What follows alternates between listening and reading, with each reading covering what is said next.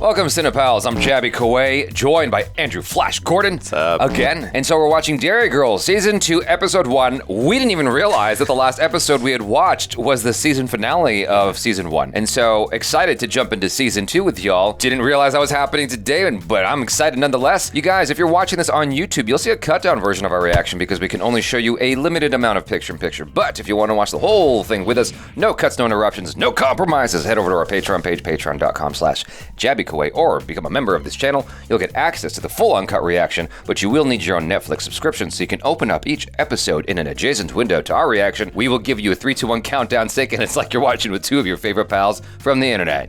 Now, if you're watching this on Patreon or memberships already, thanks so much for supporting us here. If you're watching this on YouTube, hit the subscribe button, please, bell icon, all notifications, vote this up.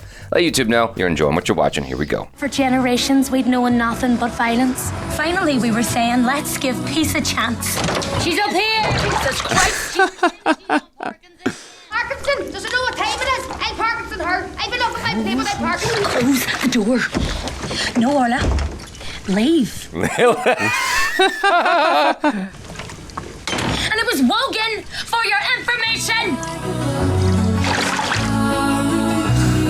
Oh my God, I've listened to this album so many times. Well, with respect, and I mean, if you're watching... I will never understand the point of that. Got a mustache. As far as English are concerned, a voice like that, well, it's dangerous. Just so I'm clear, are you saying that the British government dubbed the voice of Gerry Adams because it's too sexy?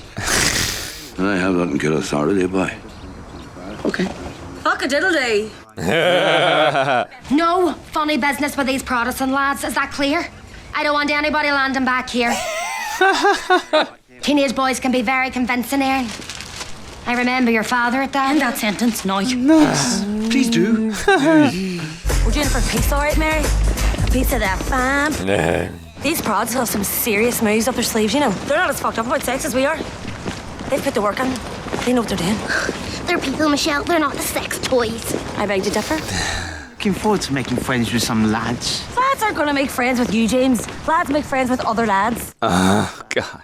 A present for Protestants. And as it stands, I'm completely out of stock, what with there being such a high fucking demand for that sort of thing around these parts. Yeah. How much for this? The beauty or death? We'll call it 16 quid. Could we call it 176? No, we fucking couldn't. How about we give you the 176 and we pay the rest off in installments? Yeah. Which would be what? $356 over 4 weeks. Jesus, check out Rain, when? This will be a deal, and then we could work off the debt. Yeah, we could do tours and stuff. Chores? What do you think this is, little house in the fucking prairie? Do you watch the house in the prairie, doll? I was wondering if he was ever going to come back. I happen to be very good friends with a half Protestant. What? I met her ballet class. Her name's Zara, and she has a horse. Good for Zara. Bye-bye now. Of course she's friends with a half Protestant. Of course she is. The prods have landed.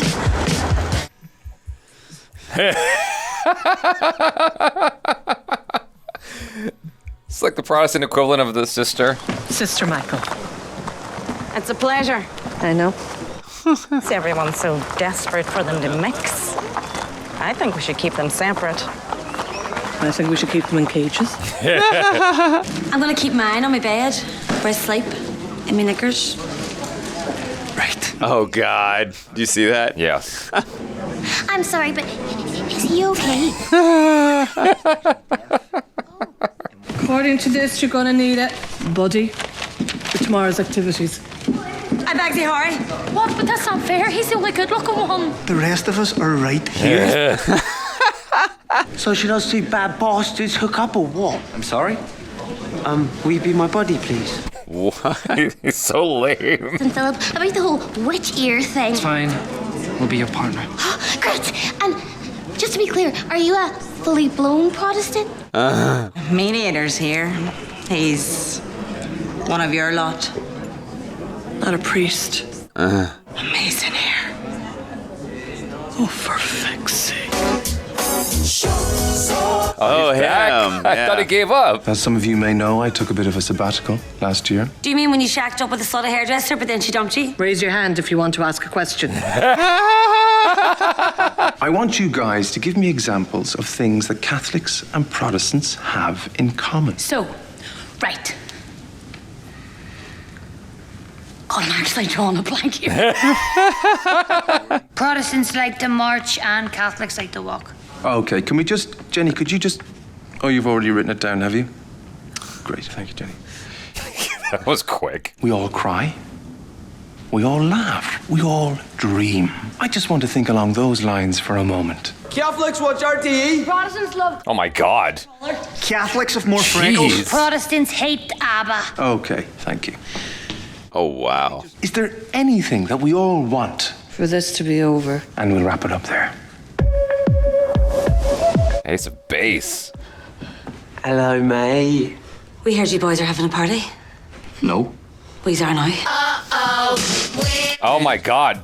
You know where I first heard this song? Mighty Morphin Power Rangers That's movie. exactly right. But before we begin, Again, what? I won't have as many moves as you. I just want to get that out there. I really don't know. I haven't put the Oilers in, and that's not because I'm. If you're okay with that, I'd say we do. Do you want to go somewhere a bit more private? I'm not sure that's a good idea. Why not? Was that a relationship bracelet? So, how do you want to do this? Do you want to kick things off? She's coming. Who? The woman, the small, angry penguin woman. Sister Michael. Small angry penguin woman. Oh, good evening, sister. We just popped round because we had a few questions about the British Empire. They were having a party. I could hear the music. You will go far in life, Jenny. I need my 8 hours. But I've had Mary Quinn on the phone frying my head, and now this. What?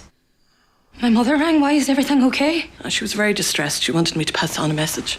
Erin, I need some information.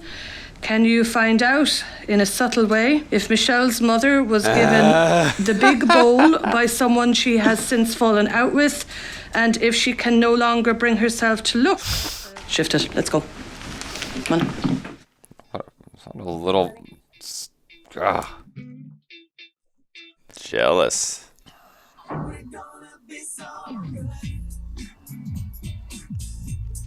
Oh, Claire. Abseiling is a great trust-building exercise because now, where's your buddy? Good man yourself. Come on up. Oh no. So he'll be the one actually dictating the speed of our drop. I think if it's okay, I'd just like to take a moment and just... Are you ready, Philip? Oh, yeah. Okay, everybody, someone. Oh, no. Ooh. Stop it! Get me out of here! He's trying to kill me! He wants to kill us all of the Catholics! Look at his eyes, he's a man! I said I hated athletes. Not much of a sports fan. But we weren't even talking about athletes! Yeah, well, I thought we were. Why would you have thought we were talking? He's deaf in one ear. Because I'm deaf in one ear. Catholic sounds a bit like athletes, to be fair to him, like. Catholic athletes. They're all arseholes. The hell's that supposed to mean? You tried to swap us. Because all Protestants are the same, aren't they, girls? Yes. No. And this guy's really creepy and a bit sort of sexist. And she carries a knife. Fucking Catholics. Who said that? Oh, God. And they're just true. Yeah, it's business as usual. Should we break it up? Let's leave it a minute. Desperate. You're right, Mary. How's the bowl working out for you? Great. Great. Thanks very much, Deirdre. Well, that got to the bottom of it all right. Who'd like to go first? Jaffa bastard, you actually said those words. Just get out, Mommy! But why were you threatening people with a knife, love?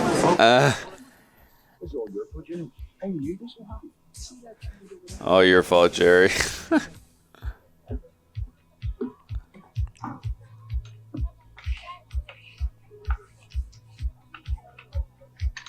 Ah.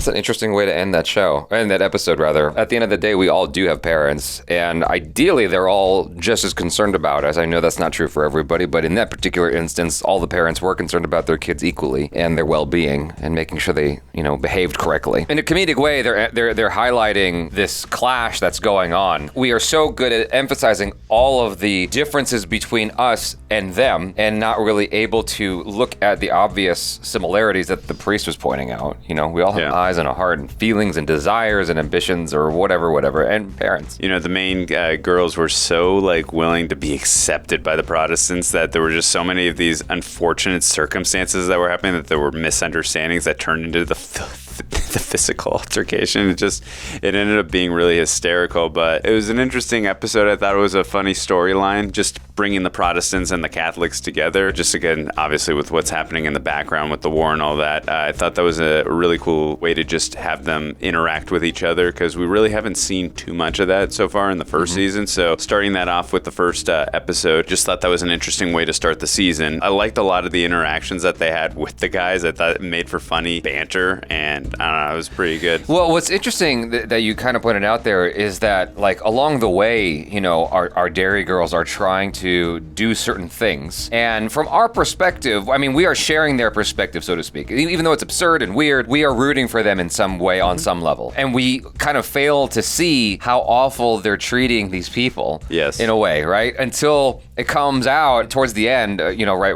with that hike and everything like that. And they call out what the Derry girls have been doing. It's like, oh, that is kind of awful. When you think about it, when you were removed, and objectively speaking, that's pretty bad. I think that I was caught up in, if I was a guy in that situation, because when I was in high school, I think I did have those certain Catholic parameters myself of, these are the things I'm allowed to do, these are the things I'm not allowed to do. But I got a girlfriend, and a lot of that red tape went right out the window once I got a girlfriend in high school, and I ended up doing un-Catholic-like things. That's why when I put myself in that situation with these young fellers and whatnot, and the girls are advancing on them, I'm a little bit surprised at their behavior. They're so rigid and staunch in their...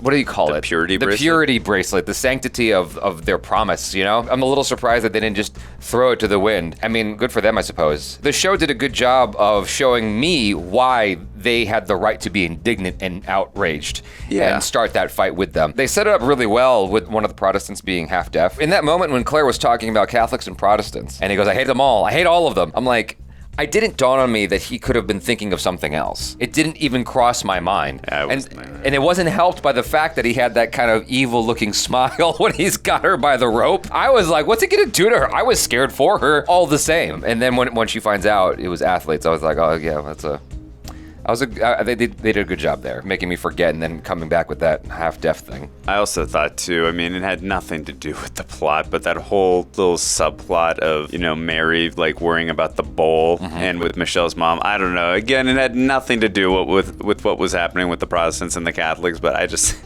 She was so obsessed. Yeah, just little moments like that. And then when the whole payoff of when she said, so how's the new bow train? Oh, it's good. It's like, well, that got to the bottom of it. Exactly. I love little payoffs like that with one-liners. And I thought the actor who plays Jerry just nailed that one-liner. It's like, that's the perfect way to cap off something that's so ridiculous. It's a bowl. Who cares? But it emphasizes something that I feel like is very human in the privacy of not having an audience, right? We will get really worked up about something, and then as soon as that person's in our presence again, we just mask all of that rage and frustration and curiosity, and we're just like, yeah, everything's good. Yeah, for sure. No, you talk to friends, family, I'm going to say this, I'm going to say that, and then in the moment, it's like, just keep it cool. Yeah. Because I think, for most of us, we just want to maintain peace more than anything. Yeah, no, a lot of us don't want to deal with confrontation and confrontation over a bowl. I mean, but yes, I agree. This brought back something that we experienced in season 1 with the Ukrainians. People in this city, when they're dealing with someone foreign, they don't know how to handle them like a human being. Yeah. Treat them normal, And I feel like that's something a lot of people have kind of dealt with. And I don't want to retread the same ground. I grew up in a melting pot, so it's a little bit different for me. When I went to India, I remember I was at, I think it was either the India Gate or Gate of India. This is early on in my trip to India. People kind of grabbed me to take photos of me. And I was like, do they know who I am? For those of you who don't know, I have a huge Indian following. They had no idea who I was. They were just taking my photo because I was a foreigner. And I was trying to walk away, and the guy goes, hold on. Okay, you can go. like I was a piece of property. It was the weirdest thing. Yeah. I'd never experienced that in my life. And if you are like a blonde lady, you're going to get that way more than the amount that I got, or just a white guy or a white girl. I think you're going to get that way more than I did. The trying to bridge these two opposing sides is also, again, going back to India, it's interesting because I'm familiar with that with India and Pakistan. And I know that there are programs between India and Pakistan to try to get the youth talking to each other to show, we can be friendsies. Oh, we have similarities. We like similar food and movies and blah, blah, blah. Because there's such tension between these two factions, these two countries, you know? It's interesting to see like this effort, and it makes me wonder how often these sorts of efforts were put into play in real life. Because I can imagine like, you know, people are trying to bring down the tension and bring down the stress between these two factions as much as possible with all that's going on, you know? It makes sense. And then for it to just break out in a fight anyway, I'm like, yep, that seems about right, you know? It's like all the feelings are coming to surface. It's like, oh yeah, see, they are bad. when you're just dealing with a couple of bad eggs, so to speak, if that's your experience, you know, the Derry girls being the bad eggs in this particular instance. Yeah, no, definitely. I also, too, I want to really shout her out. The actress who plays the nun, she is freaking hysterical. Oh yeah, she's a fan favorite. Yeah, no, I really feel like a lot of the, like her facial reactions and a lot of the things she says is kind of like audience thinking, just like, oh god, like get on with it and stuff like that. But yeah, she's fantastic. I freaking love her. But I agree with everything you just said as well. Maybe it is something like that they can learn from in terms of, because you mentioned the Ukrainian, like that transfer student that they had living with them. Obviously, it makes for very funny comedic interactions when they don't treat them like a person, when it's just like you're just like a piece of property kind of thing. But I am curious to see if they do go the route of like kind of fleshing out the characters and like learning from that those experiences where they do start to treat people like normal. Well, I mean, I think that in the end, they're always getting their comeuppance in a way, right? Because when they are treating people like less than people, it just blows back in their face really, really hard. And that's exactly what you need to happen in a story. It's like if they're treating people badly, even if you're not aware of it as the audience, that needs to somehow come back in a way that is meaningful so the characters get educated. And they totally did. Claire, once again, is the best. Oh, she's so good. She's just the best. She's my favorite. Yeah, no, her reactions when she was on the cliff and just like, he's it's okay. Oh, okay. She's fantastic. And like we talked about before, Jerry is like slowly getting a little tougher and tougher with each episode because he definitely wasn't, you know, pussyfooting in this at all. He was more straightforward and pushing back. So I liked how he was defending himself. And he's got a new look. Looks good. He's got the stash. Yeah, exactly. I feel bad for James because he's trying so hard to have a connection with another individual. And he's so desperate that it comes off as gross and geeky and just awful. Yeah. You know what I mean? He's trying way too hard. And if only he knew to just calm down a little bit and relax, he'd be all right. I love that after all of his efforts to push away this idea that he might be gay and he's like talking to this guy so aggressively because he's just looking for a friend, not because he's interested in him. All of those efforts ended up being, well, this guy's a pervert because he's talking so aggressively about women. The Protestant guy was like, and he's sexist too. I was like, oh my God. That backfired really hard. Yeah, no, James just never can win.